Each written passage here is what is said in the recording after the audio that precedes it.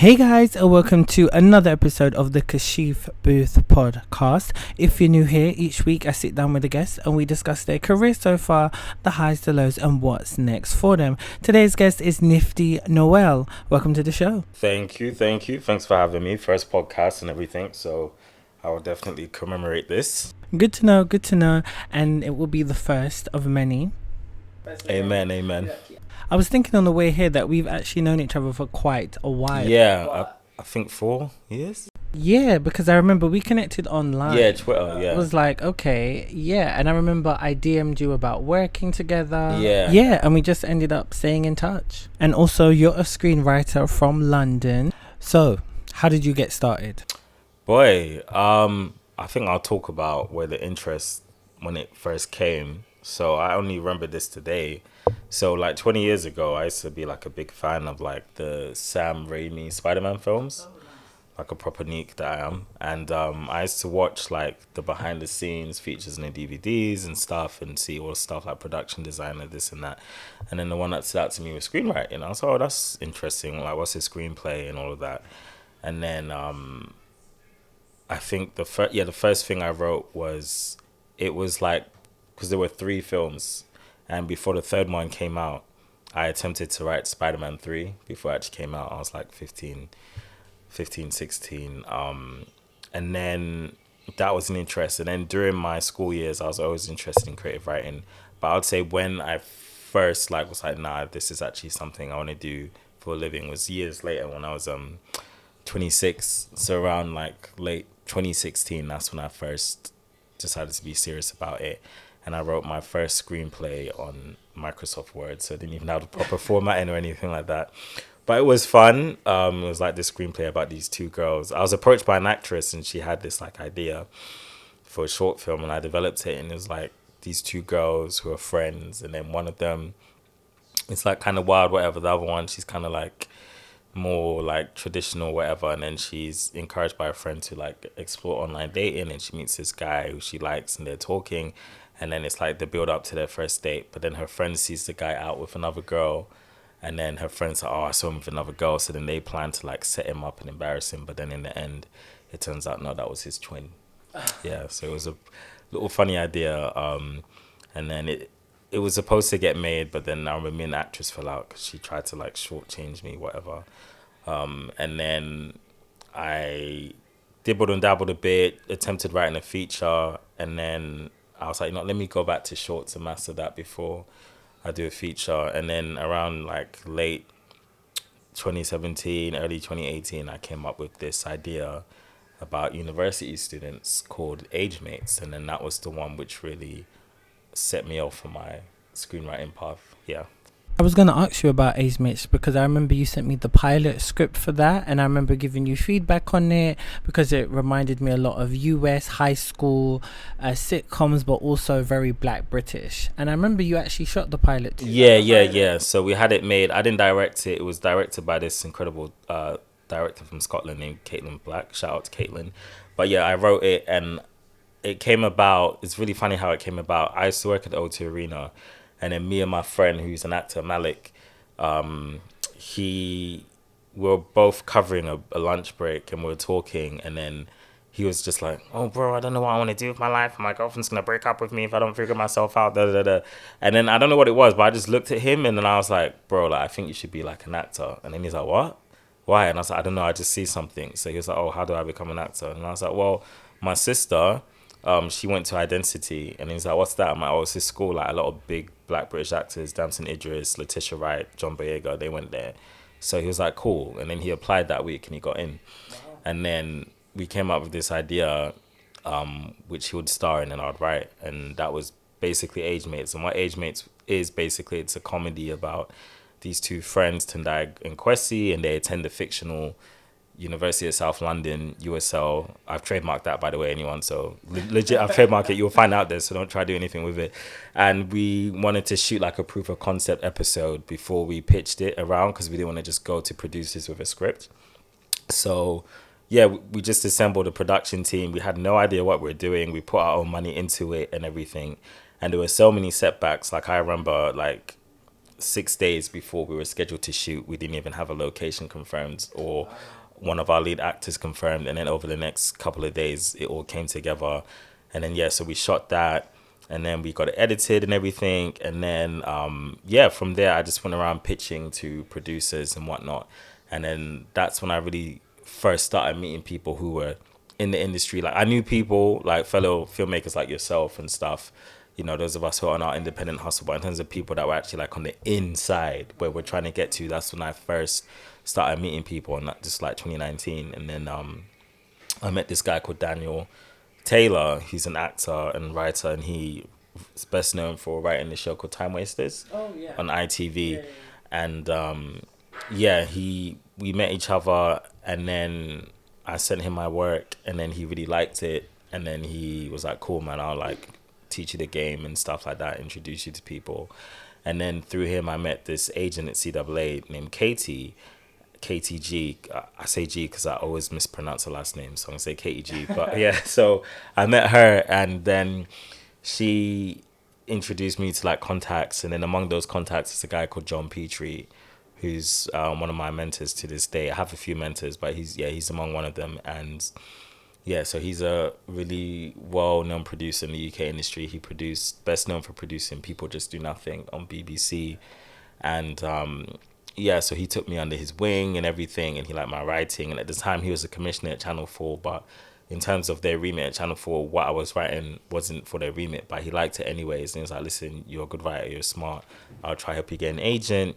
And then he tried to help me get a job as well, because I thought it would be helpful to get a job in the industry and stuff. So the agent thing didn't work out, but he sent my CV over to this company called Rough Cut, and they were producing season 2 of a show called Jerk. And the line producer, this lady called Deborah, she met with me, took a liking to me, and I was going to be a runner on the show because I just wanted to just get my feet in. And this was during the pandemic as well. So I just wanted to get my feet in. And then she, about a couple of weeks went by, and then the managing director of the company, he was like, he's going to need an extra assistant. And she was like, oh, there's this kid who you met briefly who came into the offices a couple of weeks ago. I think he'll be great for it. So she gave him my CV, and then he was like, yeah. And the managing director of the company is this guy called Asher Teller. He's best known for producing The Office with Ricky Gervais, the IT Crowds. And Ash, he's in a wheelchair, like he's got polio from his legs down. So he needed someone to like push him around and stuff. And that's how John got his start in the industry and stuff. So so since May 2021, I've been there, and my job is unique because of his circumstances. So I'm like, not his PA, but one of his PAs. And wherever he goes, I'm with him. That's a great thing about the job. So because he's the boss of the company, when he's in the office, I'm there. When he's out on set for one of our shows, I'm there. When he's meeting a commissioner, I'm the one taking him. When a show's being edited and he visits editing suite, I'm the one there. So like he told me, you're going to learn about TV from top to bottom, and it's been a great like foundational course.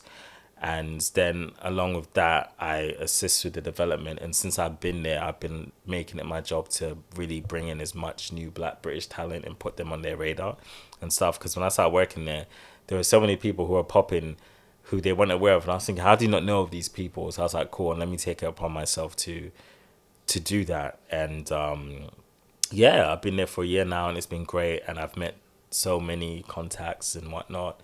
And it's been a life changer. Go from Age Mates as an independent filmmaker, as an independent screenwriter, to now being at Rough Cut TV in development. Would you say you have learned from it? Because doing it yourself is a struggle.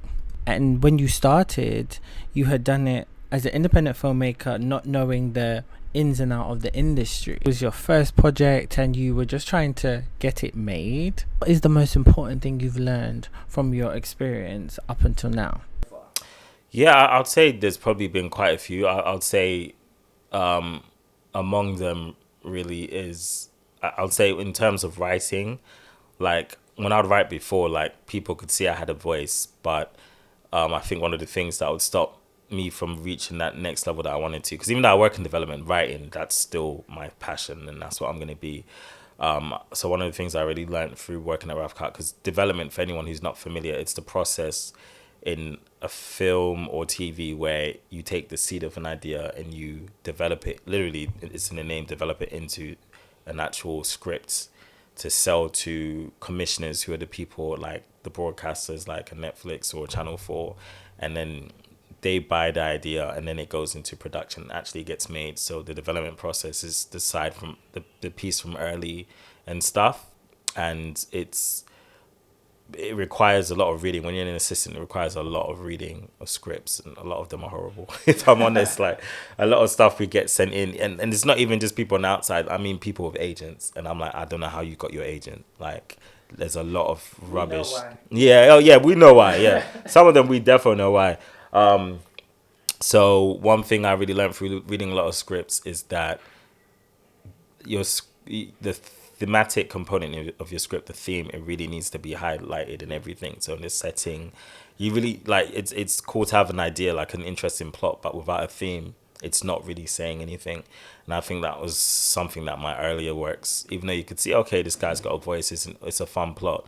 It's like, okay, what is it actually trying to say at the end of the day? And I think so since prior to working at Rough Cut, I'd written like 2 pilot scripts. Like with Age Mates, I'd made like mini episodes. Then I wrote like a full 30-minute episode, and I just realized I missed some career highlights. So when I wrote a full 30-minute episode, I got nominated at the Edinburgh TV Festival's New Voice Awards, and I was like, oh my goodness, this is it. I'm going to get an agent this year, boom, boom, boom, and then I'm going to blow up. And then the pandemic happened, and really and truly, that award has just been something to have on my CV. Nothing has come from being nominated, at least not yet. But so yeah, and then I wrote another pilot script and stuff, and then that's when John had started reading my work and really took a liking to me.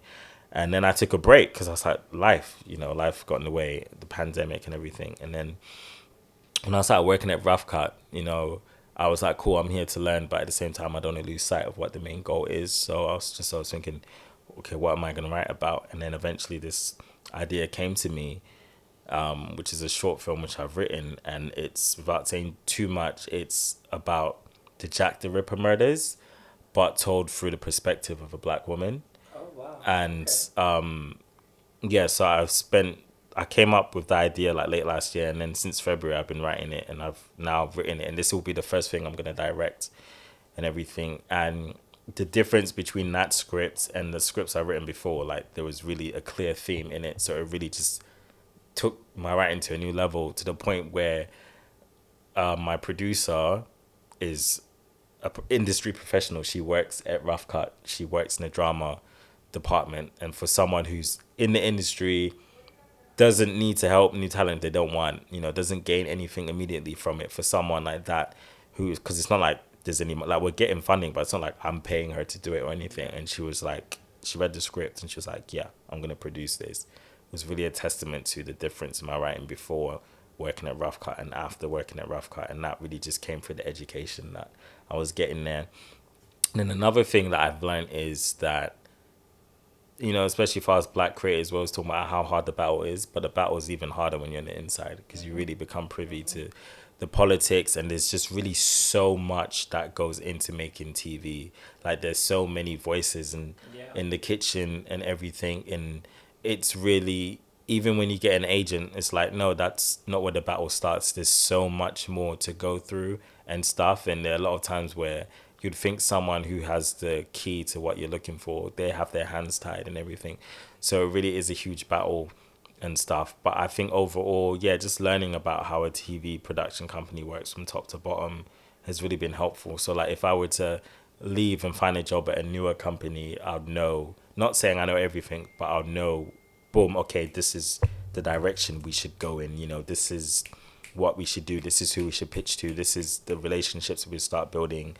And yeah, you made some really good points because when I'm working with writers, I'm always telling them that you need to have a message in your script. People sometimes think that, oh, you can add this, you can add that. But it's like, no, because you're losing the essence of what the story is, because you always have to remember what you want to convey to the audience. Does it need to be life-changing? If it's a love story, make sure that it's a love story. It's about a serial killer, make sure it's about a serial killer.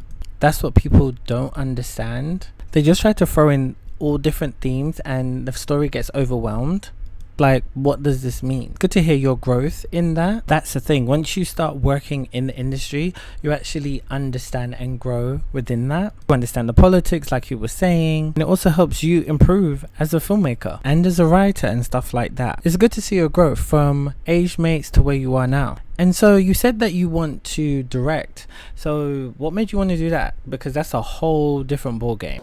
It is, for sure. It was always something I was always interested in. I just didn't feel like, because I'm naturally a writer, but I just felt directing was a lot of work. This is something I want to do maybe later in the future. But I think especially why I've decided to do it with this short, I was really inspired by like my favorite writer in the UK, other than myself, is Abraham Adeyemi. Yeah, and he wrote and directed this short film called No More Wings, which went on to win at Tribeca. And I remember seeing that and I was just like, oh, this is crazy. Like, what? And I've met him a couple times and like, I'm just really a fan of like his brain and his writing. Like, I've had the privilege of reading stuff of his, which others haven't. And I'm just like, nah, this guy's too sick. And I remember listening to him on podcasts and he said with No More Wings, like he didn't want to direct before. And then he was like, as part of the competition he won, which funded the film, he had to direct. And he was like, oh, I got, 12 weeks to direct. And then he went and he did it. And I was just so inspired by that. And I thought, oh, well, one thing that's really important is, like I do write pilot scripts, but I felt like, cool. I went from making a short to then writing pilot scripts and now going back to making another short because I felt it was more effective having work out there. Like with Age Mates, we created it and it hasn't been put out publicly because we've got it's a private link and we've got some music we need to clear up, but there's a way we're going to release it which I won't talk about on here, but there's a different way we're going to do it which is more effective. But I said, okay, I want to have something I can just put out there. And with this short, because how it started, it was really just a story about two homeless women, and it came from a theme, and the theme was about how black women are invisible to society, and it was just a modern day tale. And then over time, I just was doing research, and then boom, an idea pops in my head. I was like, oh my goodness, like, what about if I set this during the Jack the Ripper murders? It makes it a lot more interesting. It poses an interesting question. And then as I was thinking about it, I was just, why don't I just direct this? Like, why not? I think that was, rather than ask myself why, I kind of asked myself why not. And because I can see the story so clearly in my head, and even how I've written it, like someone read an early draft and they're like, you write like a director, like you can clearly see this and stuff. So right now where I am with the short is really putting on my director cap. Like I got recommended some books from Abraham and I've just been studying them and stuff. And then once I've really secured myself in that area, that's when we're really going to start acquiring funding. Like we just got rejected by the BFI the other day, but it's calm. We're going to get this made regardless. BFI is only one pot. So yeah, I think directing is just a new realm for me to explore, and I have so much respect for directors because a lot of people who are outside just think, oh, you just get a camera, oh, action. Yeah. And it's like, no, that's not even it. Mm-hmm. It's a lot more than that. So, and I think through my experience at Rough Cut as well, and seeing directors and stuff and how they do things, I feel like, yeah, it's just a next step in my evolution as a filmmaker and everything. So yeah, and even on the topic of theme, one other thing I wanted to mention, theme is important, but for me, I always tell writers, especially black writers, story is the most important thing, because you can have a theme, but if you don't have a story, you're just preaching. You're just giving a sermon.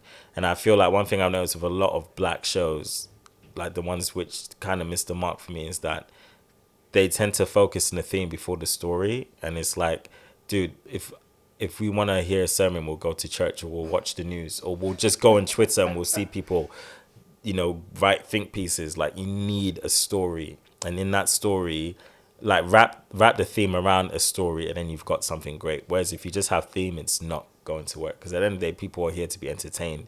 Even in the Bible, Jesus, when he wanted to preach, give a message, reach out to someone, get a point across, he spoke in parables. He gave a story, so that is also very important. So yes, have a theme that will enhance your story. But have a story, guys. Have a story. Yeah. You made some good points on either side of that. In terms of directing, I understand that. I mean, I haven't directed anything in years. Never really liked it. Never really had the opportunity to enjoy it. I just did it out of necessity. Once I reached where I wanted to be, I was able to get the directors that I wanted to be on board, and then I used to hand it to them, and then once they got my vision, I was like, see, this is why I shouldn't be directing. But I'm very visual, so when I'm writing, I'm able to see the themes and colors that I want in the film. So every time I was interviewing directors, I was showing them, this is what I want, these are the references, can you do it? They just take it to another level.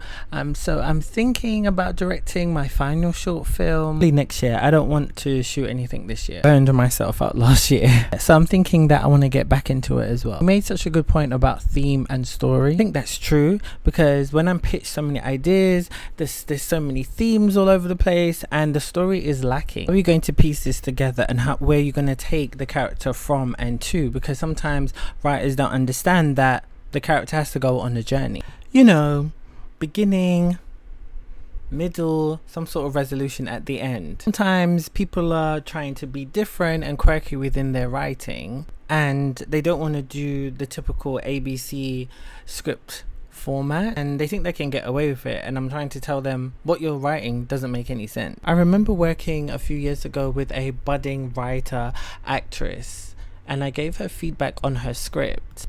It was a very confusing script because she was trying to withhold information from the audience, because I would be reading the script and I'd be confused because out of nowhere a new character would just be thrown in, or the same character would have a different character name. Because when you're writing, you still need to outline who everyone is, make sure that the scene descriptions are clear, and the message and the theme of how you want things to be conveyed can be sorted out through the director and the team, because everyone needs to understand what's going on. You can't just confuse everyone else. You know, that's what you can work out visually. You just write things clearly. The writer kept on going back and forth with me, and this is how you know that writers are sensitive. We're all sensitive. Yeah, we're all sensitive.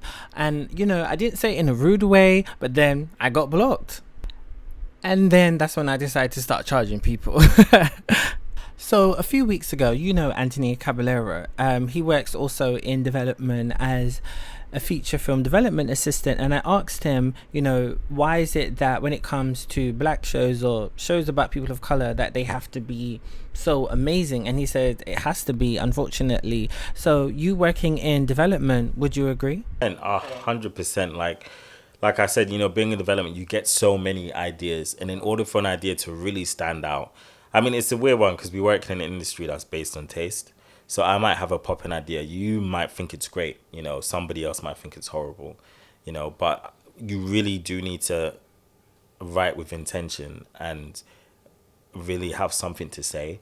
And I believe nothing's new under the sun. What's new is your perspective.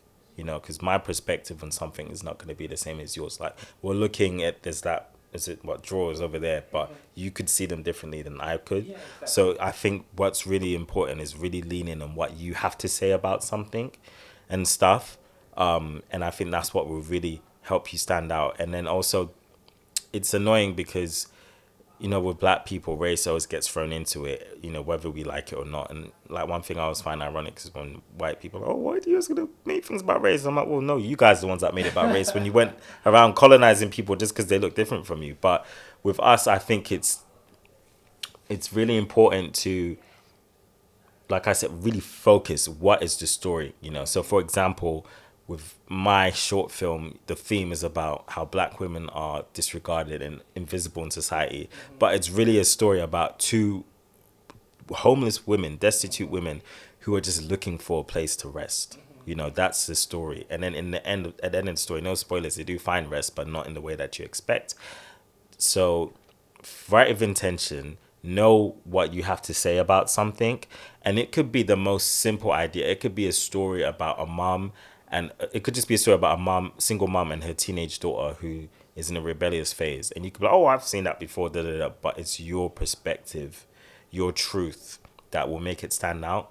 And there's a saying where people say, write what you know. And I don't think write what you know is what you literally know. It's what you're passionate about. So for me, for example, people always ask me, oh, because even though Rough Cut, we are a predominantly comedy company. We do have a drama department and stuff. And a lot of people ask me, what do you want to do? Is it comedy or drama? And I'm like, well, for me, it's story first. So a lot of the stuff, Age Mates was a comedy.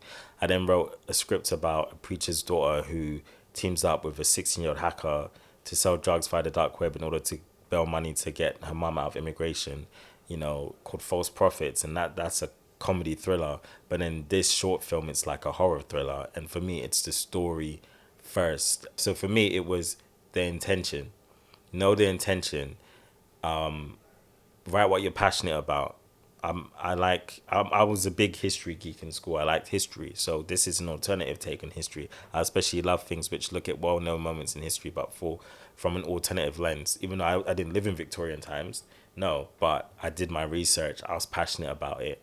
So write with intention. Write what you're passionate about. Don't chase trends.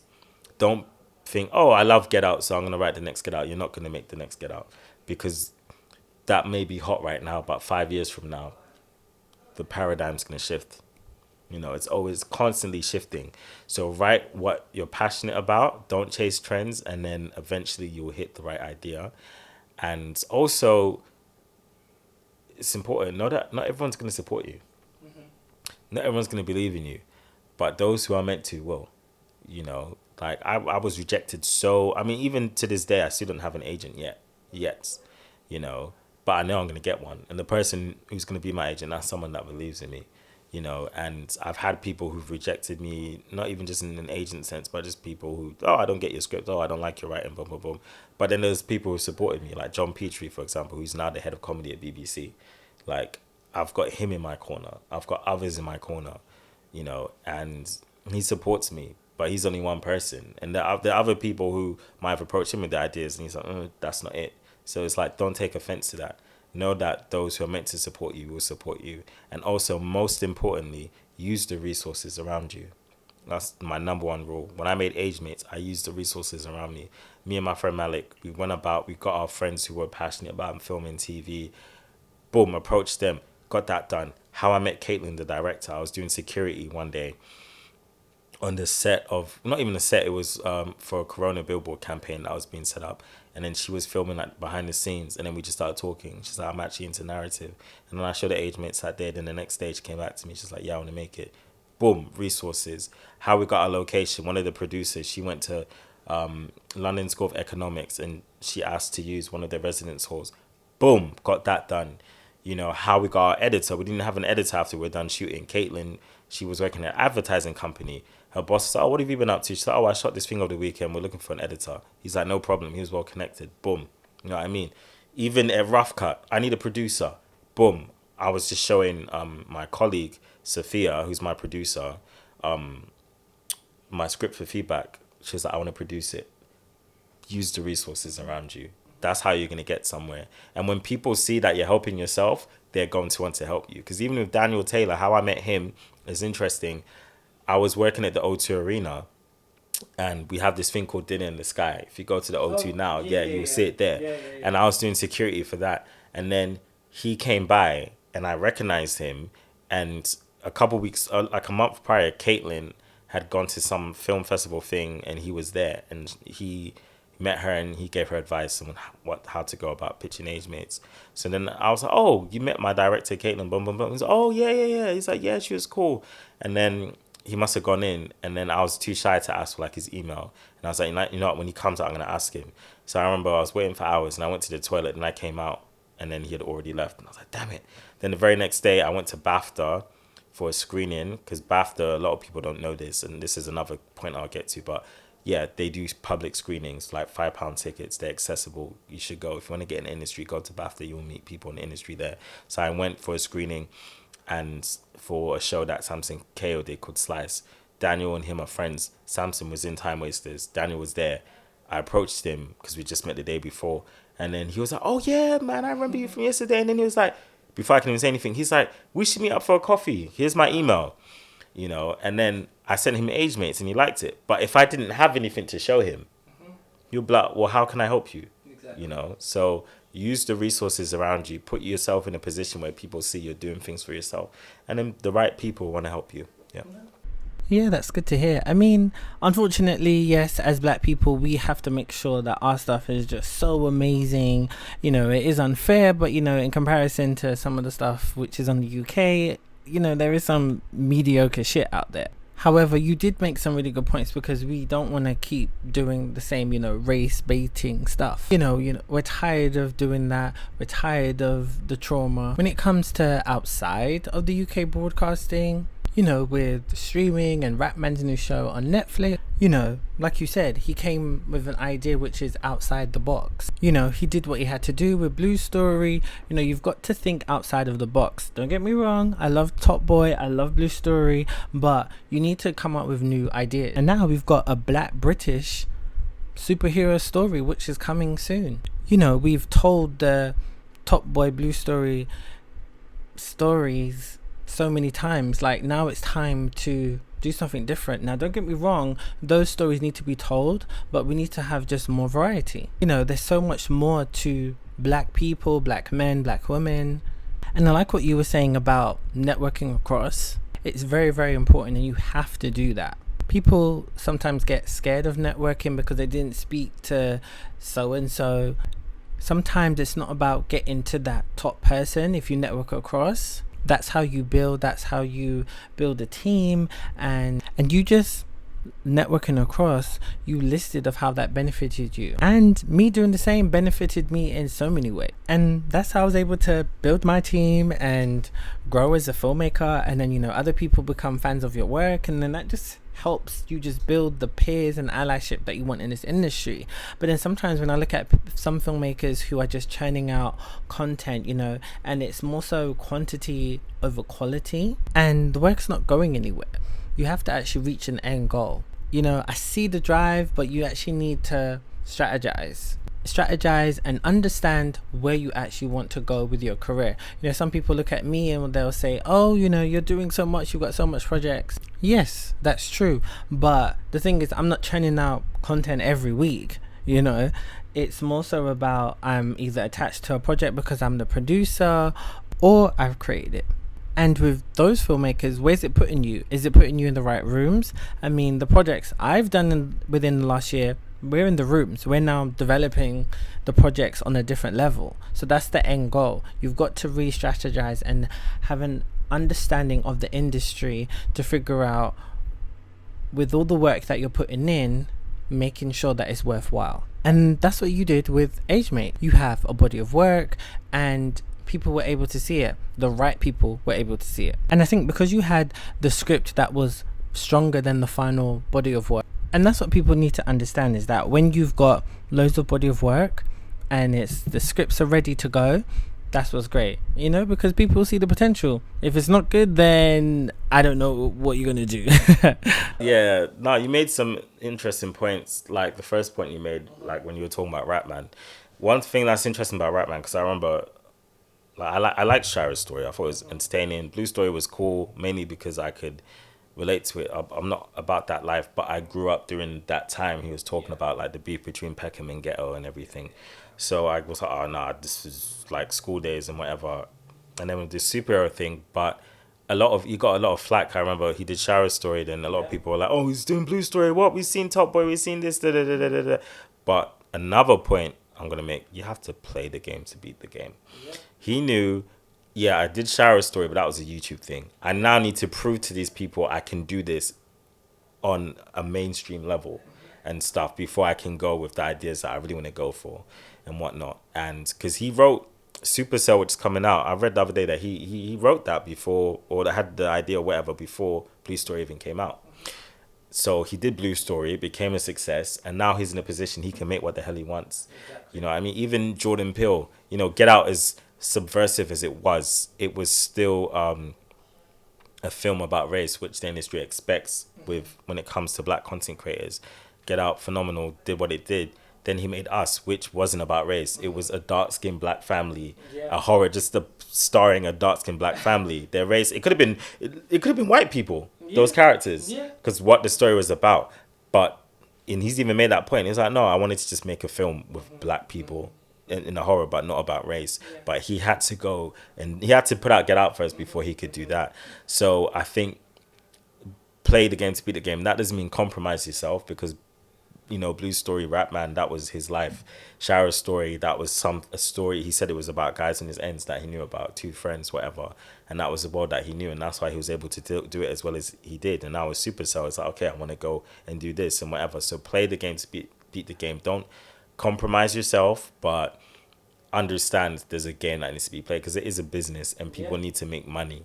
Exactly. People do need to make money and stuff. So yeah, and even with me, like on the topic of age mates, like that idea, it's there. It's gonna come out one day, but even now, since then, I've retooled the premise and stuff to give it a much stronger hook, which I won't reveal on here. But when it comes out one day, you will see the evolution. And then on your next point about about just putting out content, it's true. Like you're putting out stuff, but where's it going?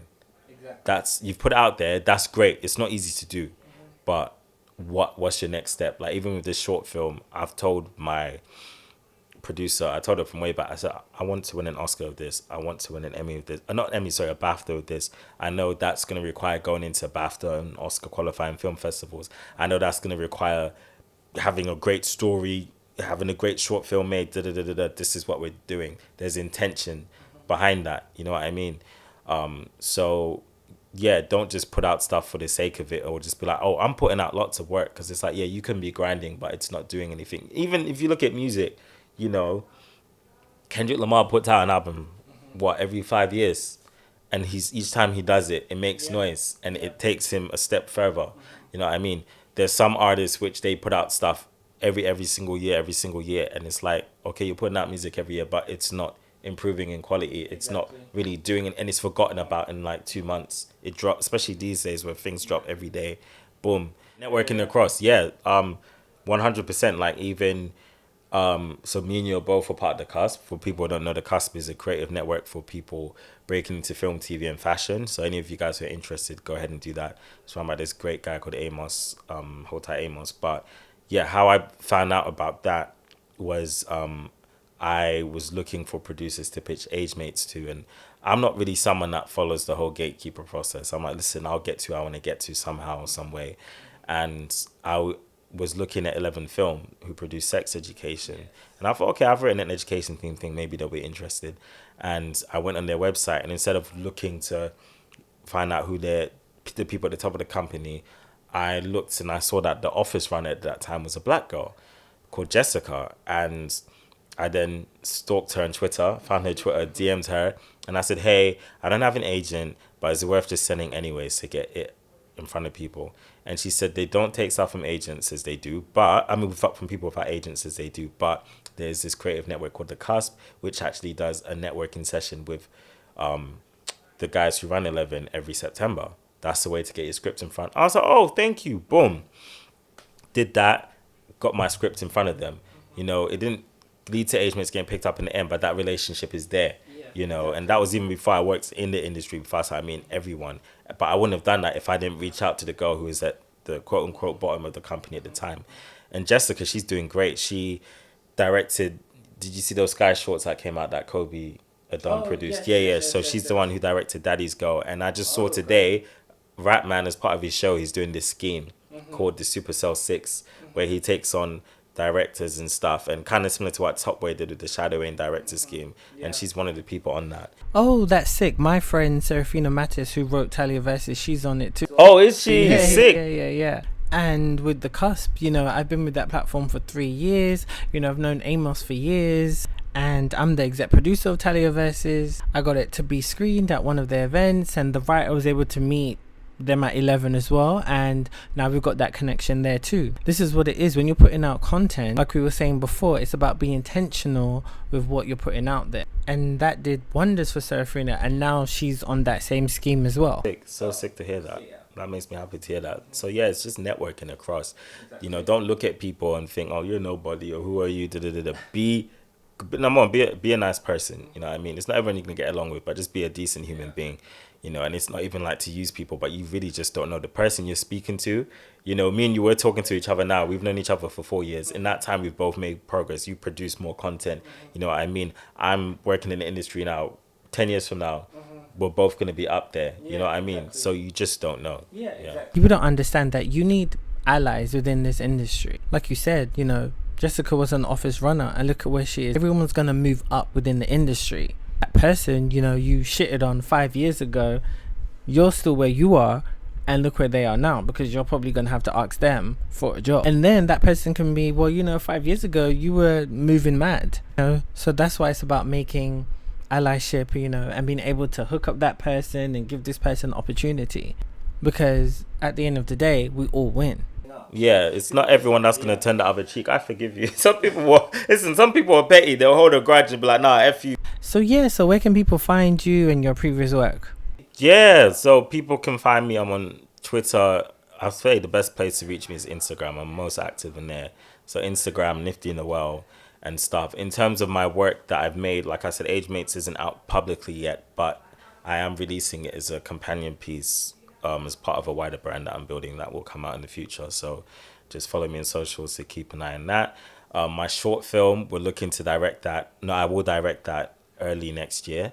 So then we're going to do the festival circuit. So realistically, that will probably be available publicly by the end of next year. Nice. And stuff. But if people just, even if you're, not even just in terms of checking my work, but if you're a writer and stuff or director and you're just looking to get your feet in the industry and you want to get people to look at your work or just meet with people and stuff, because a lot of people, since I've got my job at Rough Cut, I get bombarded on LinkedIn. Hey, can you read my script? And I'm like, listen, I can't, or I could, but it's not going to go anywhere, because my boss will just be like, who is that person? Who are they? I haven't heard of them. No agent. What are you doing? But if you just want someone to just speak to, get advice from, or the people who you could have something about, Rough Cut isn't a place for it, but I know somewhere where this could go. I could introduce you to someone.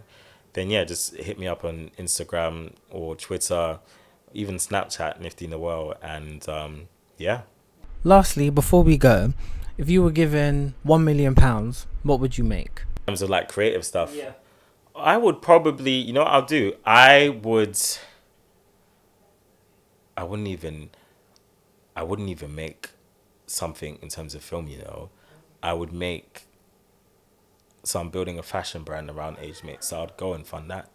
Oh, okay, I like that. So basically what you're doing is building a brand of Age Mates. It's funny because I'm doing the same thing with my old web series, Nate and Jamie, but it's just not out yet. See, this is when you move with silence. Exactly. And I like that. It's smart to do it that way, because these days it's all about content. So if you can build a brand around your IP, whether it's a clothing or, I don't know, a gadget you make, it's a companion, maybe there's a prop in the film which is key to the story, and then you release that prop as like a toy, I don't know, whatever, like do that, because that's going to be more attractive to investors and stuff. I like that, because what I've always liked about Age Mates is, I've always been a fan of high school dramas or comedies or coming to life stuff in college, and that's why I like Grownish and Sex Education. But it always feels like something is missing for me. Grownish has so much potential, and they're so close, and it's like, I now watch it because it's just, easy watching TV. But with Sex Education, I feel like they have addressed such great themes. But my gripe with, modern TV is it just feels like they're doing too much tick boxing. Don't get me wrong, I feel like Sex Education is the exception, because they definitely have a diverse writing room and the writing is strong. I mean, it's such a great show. But I also want to have a show where you see authentic friendship groups.